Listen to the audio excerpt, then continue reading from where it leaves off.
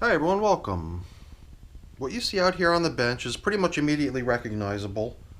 They're the two bins of European nightcrawler worms that have been managed over the past few check-ins in this sort of side-by-side configuration, almost giving us that sense that we're working on one large system instead of two sister systems. And you might be wondering, hey, both of these systems are the same age, they're both 266 days of age, that's 38 weeks. They've both been fed 23 times, they've both been getting managed every time on the same day. Why are they twin bins? I think the main distinction here is that, you know, there was a certain point in time when there was something going on, and instead of putting an equal number of worms into both systems, there was a point in time when I went ahead and I loaded up bin number 2, which is the one that you see right here, with a couple hundred extra worms. I think it's because bin number 1 was showing some signs of weird growth, like a weird fungus going on.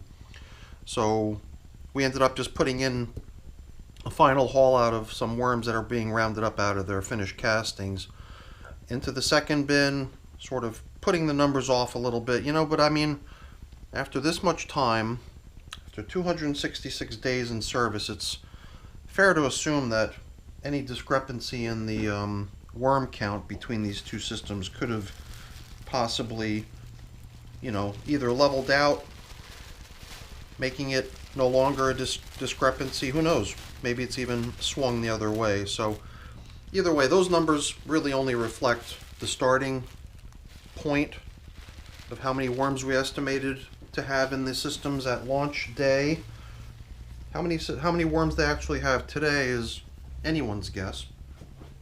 And we can certainly observe what's going on in these systems as we're feeding them. And that's what we're going to do today. We're going to give these little guys a feeding. It's been 12 days since we last checked in, and at that time we were coming off of a 15-day interval between feedings, a deliberately longer interval than normal because of what had occurred as a little bit of like a mix-up where these two systems were fed 3 days apart. So there was a regular routine feeding and then sort of an accidental feeding only 3 days later, resulting in what I had classified as sort of a food glut in both systems. And that's the reason we went more than 2 weeks until our last check-in, where we gave them stuff that I would assume is probably long gone by now, some cabbage leaves. So I don't know, I'm seeing what appears to be, my eye has become quite sensitive to spotting worm pairs. So when these two worms latched up to each other, what resulted was this kind of unusual knurled, I don't know if knurl's the right word, but sort of a weird linking of the two worms together so that they can mate. And it just seems like my eye catches that whenever it's happening quite readily. And maybe that's the only reason those two little wormies didn't dive down below the surface, because they were preoccupied with what they're doing there. I'm thinking that the disruption that we're going to cause in the process of feeding them today is going to almost certainly disturb that process, so they'll probably disconnect from each other and try to just take cover from my invasive check-in here. So we're gonna give them a pretty nice feeding today. I think it's definitely a greater amount than what we gave them last time. And it certainly has a greater variety, because last time it was nothing else but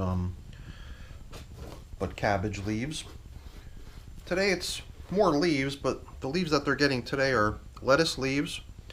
And the other thing that you see a whole bunch of in here is potato peel. And I threw in a little bit of orange peel as well. Everything's frozen. The orange peel wasn't frozen, but everything else has been frozen, which should really help it become mushy and gooey and soft for them to eat as soon as it thaws out. And it's been out of the freezer now for about an hour, so it's already started into that process of thawing. So now all this stuff that was around the edges where it was receiving a little bit of airflow is dry, but everything that was protected by the plastic is really nice and damp, and that's the reason we had worms hanging out on the top surface of both systems.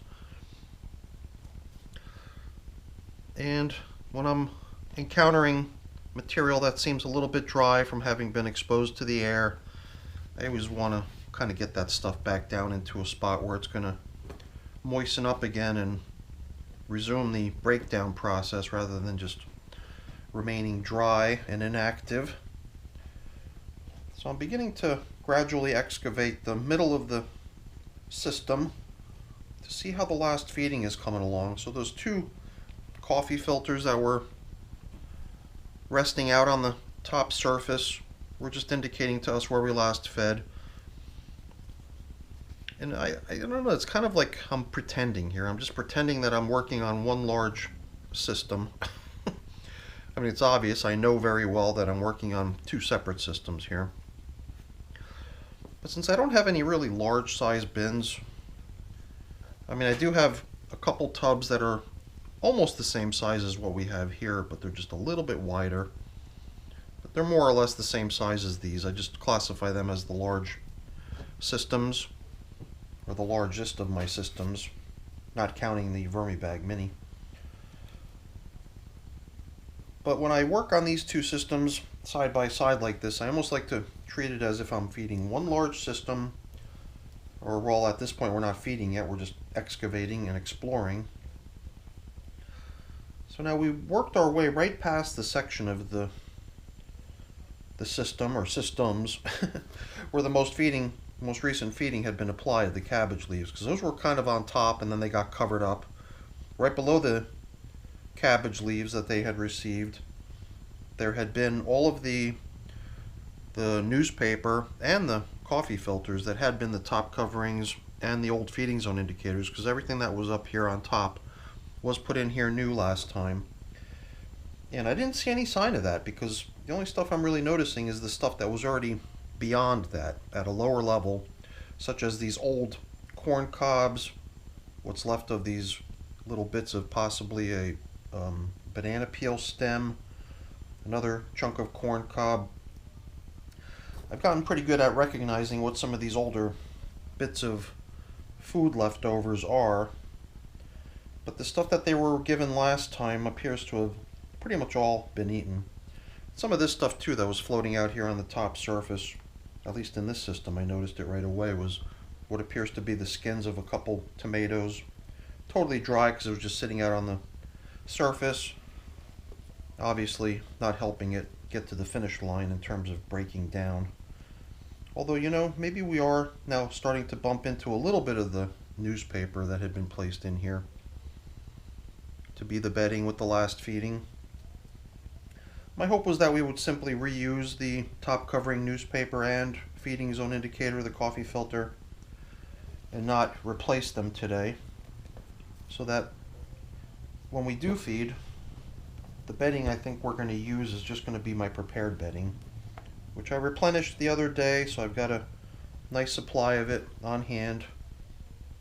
That's unlike the past couple weeks where I've been sort of avoiding the use of my prepared bedding, since I had kind of gotten into my hoarding mode with that stuff. My shredder had broken down, so I was really careful about using my prepared bedding and not wanting to tap into my backup supply of shredded paper and cardboard that I had created right before the device had broken down. But now that I've got a replacement shredder, I'm feeling pretty confident that I can get back to using my shredded paper and cardboard mix the way I would normally use it and not have to sparingly use it. So we're going to get that out and use that as the foundation for today's feeding. So here too, I think this is just another chunk of jumbled up newspaper.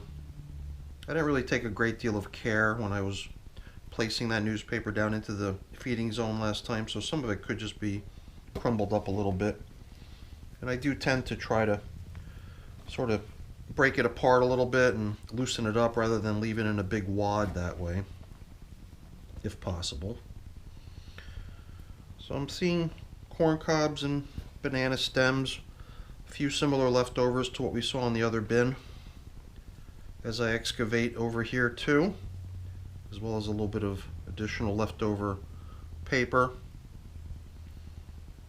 So we're going to return all of these leftover bits and pieces that I managed to pick out along the way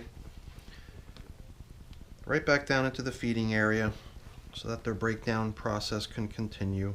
I guess my only observation with the material in general is that it seems a little bit clumpy and muddy, a little bit sticky, as you can see, as it's sticking to my glove.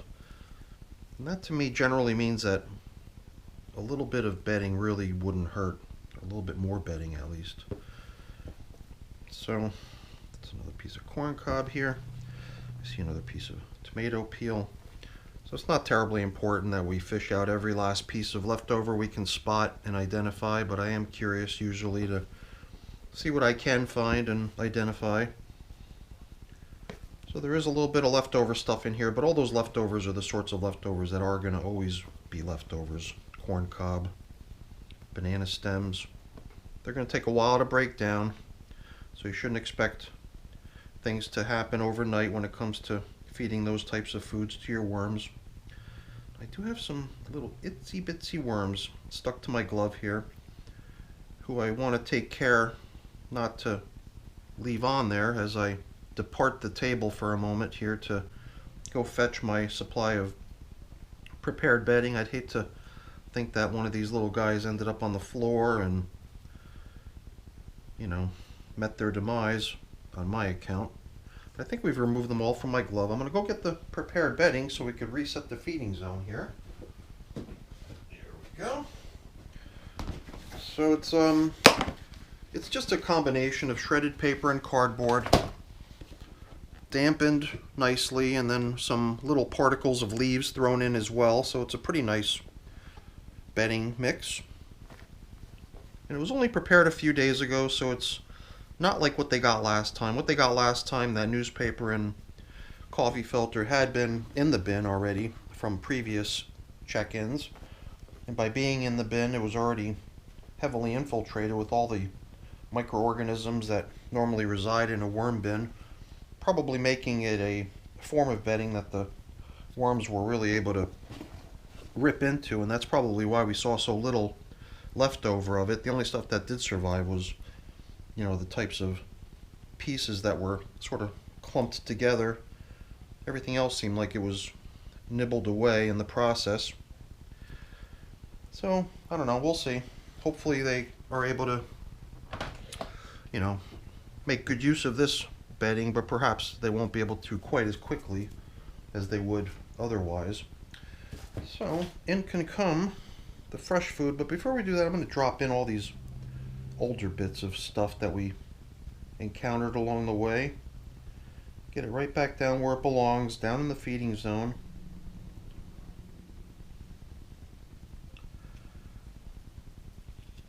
Just can't seem to resist wanting to sort of unfold or at least unclump some of these pieces of newspaper when I bump into them, but not terribly important. It'll all go eventually. It's just that it's sort of masking the inner bits of the material by being in a clump, so that if it's spread out a little bit better, then all of the material is fair game for worm action rather than only the exposed outer surface of it.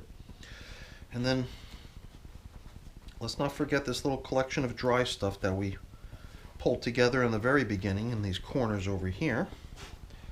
And then we could bring in all this nice juicy lettuce leaves and potato peels, all stuff that's going to kick off a little bit of moisture as it thaws out, making the feeding zone an irresistible spot for the worms to visit.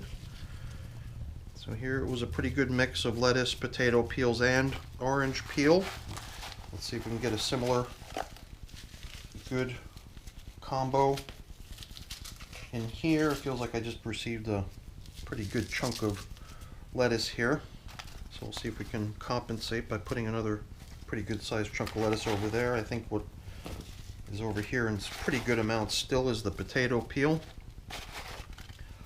Yeah, I think we did a nice job distributing the food portion for today evenly. Okay, very nice. It is starting to get a little bit sticky. Well, I wouldn't say sticky, just damp. Damp and sticking to my glove because of the dampness, not because of any sort of inherent stickiness to it.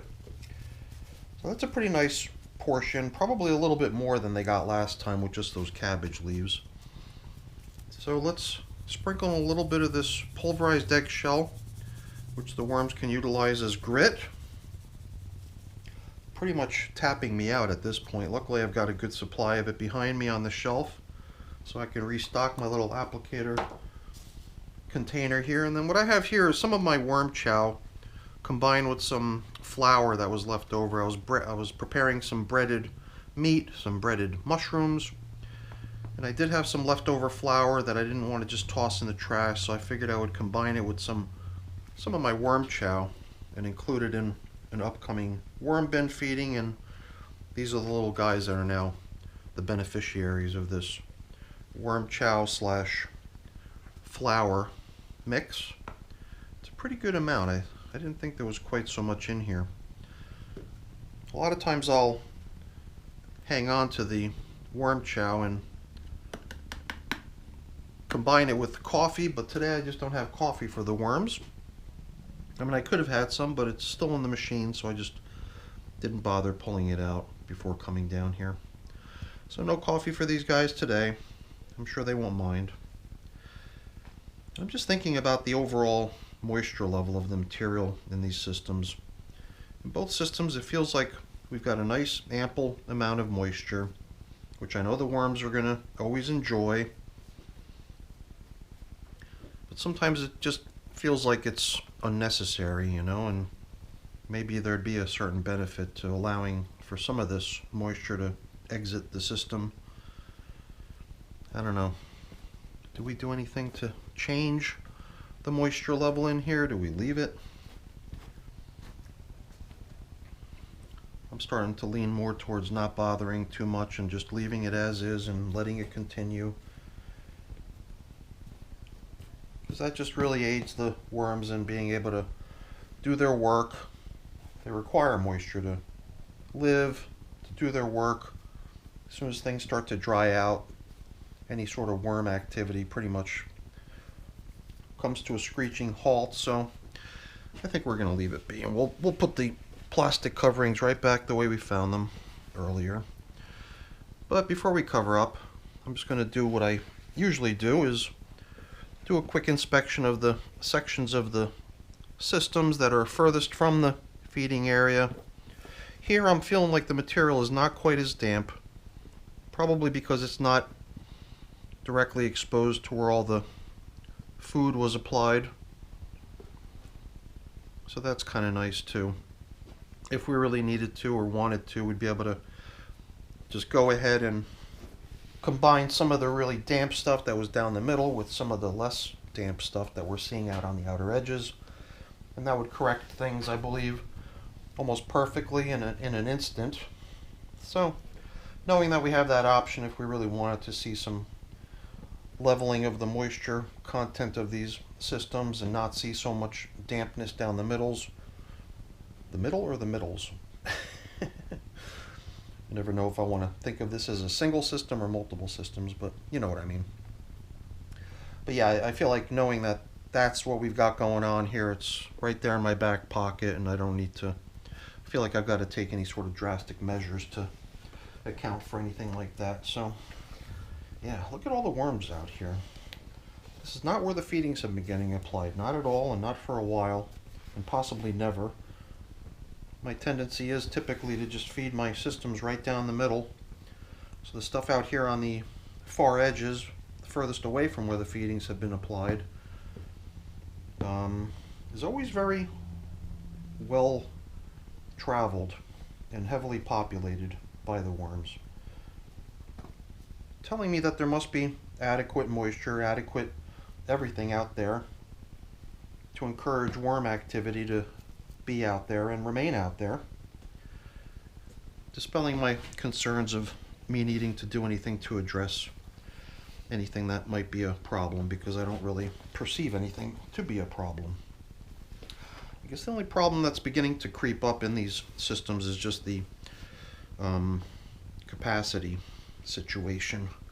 Because it does feel like we're approaching the limit of these containers. As I try to till up material, especially when I'm working near the edge, I feel like I'm coming pretty close to spilling stuff over the edge. And I mean, you know, with these systems now receiving their 24th feeding, there's been a lot of material dumped into these tubs. It would be interesting to see, like, if there had been like an equal amount of material, whatever was placed into each of these was just set aside and never composted, to be able to compare it. To say, hey, everything that made up this amount of material, had it never been composted by the worms, would amount to, you know, perhaps so much more material in its original state. So I've gotten myself a little bit dirty here, but I guess my main objective there was just to make sure I don't have any worms stuck on my hands, because we're more or less done here. I believe we can proceed with returning all of these top covering items, the feeding zone indicator, which in both cases is holding up quite nicely. There was one top covering, it's pretty nice wear there. One of the top covering newspapers, however, really did start looking to me like it was getting very heavily worked, and that's this one here. And I might be mixing it up. It might have actually been over on this system here. But this tells me perhaps by the next time we come back into these systems, these top coverings will also be ready to be utilized as bedding down in the feeding area and get swapped out with replacements. Same goes for the feeding zone indicators. So perhaps just by swapping them now, the worms in this bin, possibly more interested in top covering paper, will have a chance to do a number on this one as well, and probably bring the degradation level of both of these top coverings to more or less the same stage by the next time we check in. But other than that, all that's remaining to be done here is basically covering up and putting away. So with that, let me just really quickly before I go say thank you. Thank you so much for watching. Hopefully you enjoyed the video. If you did, as always, please don't forget to leave me a quick thumbs up before you go. That's always really appreciated. And if you haven't done so already, please also consider subscribing to the channel. That's very much appreciated as well. All right, everyone, have a great day. Thanks for watching. Bye now.